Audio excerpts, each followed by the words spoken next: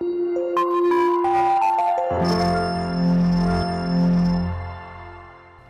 students, hope you all are doing well. Today we are doing a chapter and the name of the chapter is Our Government.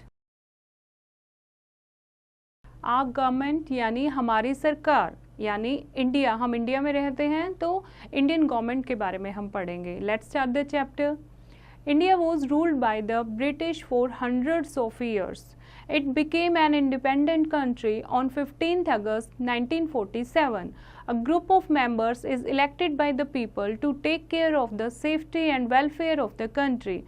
This group of people is known as the government. Government, हम India के बारे में बात कर रहे हैं तो government क्या होती है बच्चों? एक ऐसा ग्रुप ऑफ मेंबर्स, ऐसा ग्रुप जिसमें जो मेंबर्स हैं वो लोगों द्वारा इलेक्टेड, लोगों ने जो चुने होते हैं वो मेंबर बनते हैं, और ऐसा ग्रुप जो पूरे कंट्री की टेक केयर करता है, उसके लिए रूल रेगुलेशन बनाता है, उस ग्रुप को नाम दिया गया है गवर्नमेंट का. ओके, तो इंडिया जो है वहाँ पर 100 ईयर्स तक ब्रिटिशर्स का, अंग्रेज़ों का रूल रहा, उन्होंने राज किया. और जब इंडिया एक इंडिपेंडेंट कंट्री बन गई, 15 अगस्त 1947 को हमारा भारत आज़ाद हुआ था, तो एक ऐसी सरकार बनाई गई, ऐसी गवर्नमेंट बनाई गई जिसमें इंडिया के ही लोग थे, सब भारतीय थे.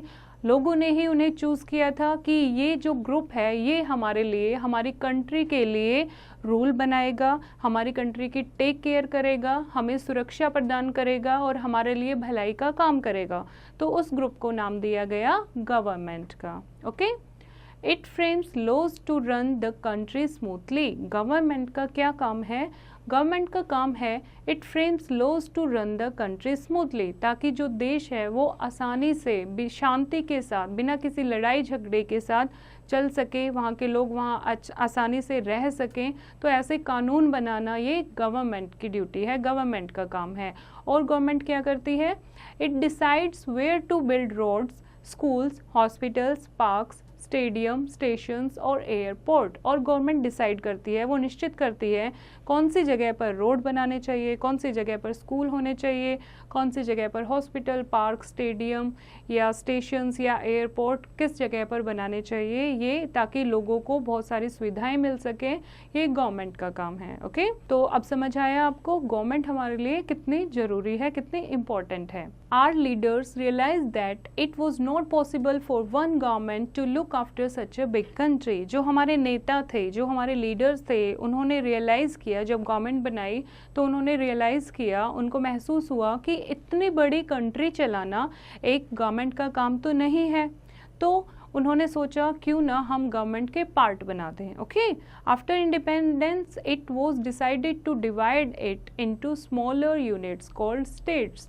तो आज़ादी के बाद, इंडिपेंडेंस के बाद डिसाइड किया उन्होंने, लीडर्स ने डिसाइड किया क्यों ना हम इंडिया को डिवाइड करके अलग अलग स्टेट्स में डिवाइड कर दें और छोटी छोटी यूनिट बना दें और वहाँ के लिए अलग से लीडर चूज़ कर दें ताकि आसानी से रन हो सके कंट्री हमारी. Okay, there would be a central government to run the whole country. तो उन्होंने एक बनाई सेंट्रल गवर्नमेंट जिसका काम था पूरी कंट्री को रन करना, पूरी कंट्री के बारे में सोचना. There would also be a separate state government to look after the welfare of people for every state. तो हर एक स्टेट, जैसे इंडिया में 28 स्टेट्स हैं, तो हर एक स्टेट के लिए एक स्टेट गवर्नमेंट बनाना ताकि वो अपने स्टेट में रहने वाले, सिर्फ वो रिस्पॉन्सिबल होगी अपने स्टेट में रहने वाले लोगों के लिए, तो उनकी भलाई के लिए. ओके, तो एक स्टेट गवर्नमेंट हो गई और एक सेंट्रल गवर्नमेंट. सेंट्रल गवर्नमेंट जो सारी स्टेट गवर्नमेंट से ऊपर होगी, जो पूरी कंट्री के बारे में सोचेगी, और स्टेट गवर्नमेंट जो अपनी स्टेट में रहने वाले लोगों के बारे में सोचेगी बस. Okay, the central government would also look after some small parts of the country called the union territories. और जो सेंट्रल गवर्नमेंट है ये पूरी कंट्री के अलावा कुछ छोटे छोटे पार्ट्स हैं जिनको यूनियन टेरिटरी बोला गया है, उनका भी लुक आफ्टर करती है, वहाँ के लिए भी रूल एंड रेगुलेशन बनाती है. ओके, तो हम डिटेल में इनके बारे में बात करेंगे. फर्स्ट हम बात करते हैं सेंट्रल गवर्नमेंट के बारे में. Central government, the parliament of India is the law making body of the central government. Central government के लिए जो लॉ बनाते हैं, जो कानून बनाते हैं देश के लिए, वो कहाँ से बनते हैं बच्चों? पार्लियामेंट से. ओके, तो वो साइड में आप पिक्चर देखोगे, that is the picture of parliament house. तो जितने भी कानून बनते हैं, लॉ बनते हैं देश के लिए, वो सारे पार्लियामेंट से बनते हैं। It consist of the president and the 2 houses. Parliament 2 parts में डिवाइड है। पार्लियामेंट में आते हैं आपके प्रेसिडेंट जो कि राष्ट्रपति, और 2 हाउसेज आते हैं, that is Lok Sabha and Rajya Sabha. The President is the head of the Union of India. He lives in the Rashtrapati Bhavan. There is also a council of ministers headed by the Prime Minister to advise the President in carrying out his/her duties. The Prime Minister, the President, the Vice President, other ministers and officers of the central government live and work in New Delhi, the capital of India. The President of India is the head of union of India. पूरी government का head कौन होता है बच्चों? The president. जो हमारे राष्ट्रपति हैं वो हमारी पूरी गवर्नमेंट के, पूरी यूनियन ऑफ इंडिया के हेड होते हैं। He lives in the Rashtrapati Bhavan. कहाँ रहते हैं वो? राष्ट्रपति भवन में रहते हैं। उनके अलावा एक काउंसिल ऑफ मिनिस्टर्स भी होती है, एक ग्रुप ऑफ मिनिस्टर होता है जिसका हेड कौन होता है? Prime minister. प्रधानमंत्री जो है वो हेड होता है उस ग्रुप का। और prime minister to advise the president in carrying out his her duties. अब अकेले सारी काम, जो सारी जो रिस्पॉन्सिबिलिटी है वो अकेले प्रेसिडेंट नहीं ले सकता, तो उसकी हेल्प के लिए प्राइम मिनिस्टर उसको सलाह मशवरा देता है, जिसके अंडर ग्रुप ऑफ मिनिस्टर्स भी आते हैं। तो सबकी राय लेके प्रेसिडेंट डिसाइड करता है कि कंट्री के लिए क्या करना है, कौन से लॉज सुटेबल रहेंगे। प्राइम मिनिस्टर, प्रेसिडेंट और वाइस प्रेसिडेंट और बाकी जो भी मंत्री हैं इंडिया के और जो भी ऑफिसर्स हैं सेंट्रल गवर्नमेंट के, वो न्यू दिल्ली से काम करते हैं, जो कि न्यू दिल्ली जो राजधानी है इंडिया की। तो सब लोग वहाँ से काम करते हैं और वहीं कुछ लोग वहीं रहते भी हैं। ओके, अब हम बात करते हैं लोकसभा की। Lok Sabha, the speaker is an important officer of the Lok Sabha. Lok Sabha में सबसे इम्पोर्टेंट ऑफिसर कौन होता है? Speaker. Okay, he she conducts the proceeding of the Lok Sabha. Lok Sabha में जो भी कामकाज होता है, जो भी कार्य चल रहा होता है, उसको कौन कंडक्ट करता है? उसके लिए रिस्पॉन्सिबल होता है speaker. Okay, it is the lower house of the parliament. Parliament के 2 हाउसेज होते हैं, लोकसभा एंड राज्यसभा। तो जो लोकसभा है वो पार्लियामेंट का लोअर हाउस है। People of each state elect members to represent them in the Lok Sabha. हर एक स्टेट के अपने अपने लीडर चुने जाते हैं ताकि वो अपनी स्टेट को रिप्रेजेंट कर सकें। They are called the members of parliament. और इनको क्या बोलेंगे? मेंबर्स ऑफ पार्लियामेंट, जो कि एमपी के इलेक्शंस होते हैं। They are elected for a period of 5 years. Elections are held again after every 5 year. और इनकी टर्म क्या होती है? इनकी 5 साल के लिए इलेक्ट होते हैं, जो कि हर एक 5 साल में इलेक्शन होते हैं वो एमपी के इलेक्शंस होते हैं, मेंबर ऑफ पार्लियामेंट के, जो लोकसभा के मेंबर्स होते हैं। ओके, अब हम बात करते हैं राज्यसभा की। Rajya Sabha, members of the Rajya Sabha are elected by the members of the state government. The vice president is the chairman of the Rajya Sabha. 12 members are nominated by the president.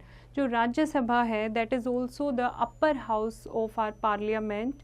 Rajya Sabha हमारा upper house है parliament का, और यहाँ के जो member हैं राज्यसभा के वो स्टेट गवर्नमेंट के जो मेंबर्स हैं वो उनको चूज़ करते हैं, इलेक्ट करते हैं। और जो वाइस प्रेसिडेंट है वो चेयरमैन होता है राज्यसभा का, और 12 मेंबर्स, जो 12 सदस्य हैं वो प्रेसिडेंट, राष्ट्रपति खुद नॉमिनेट करता है। Okay, next is state government. State government, there are 29 states in India. पहले हमने बात की थी 28, तेलंगाना इज ऑल्सो देयर, तो 29 स्टेट्स हैं इंडिया में। Every state has its own government elected by the people. हर एक स्टेट की अपनी खुद की गवर्नमेंट, खुद की सरकार होती है जिसको लोग चूज़ करते हैं, लोग वोट डाल के इलेक्ट करते हैं, चुनते हैं। The governor, chief minister and other ministers and officers working for the government live in the capital of that state. और जितने भी वहाँ के मंत्री होते हैं, जैसे गवर्नर है या मुख्यमंत्री है या बाकी जो भी मंत्रीगण हैं या बड़े बड़े ऑफिसर्स हैं, वो उस स्टेट की कैपिटल, उस स्टेट की जो भी राजधानी होती है, कैपिटल होती है, वहाँ रहकर काम करते हैं। The governor is the head of the state and lives in the Raj Bhavan.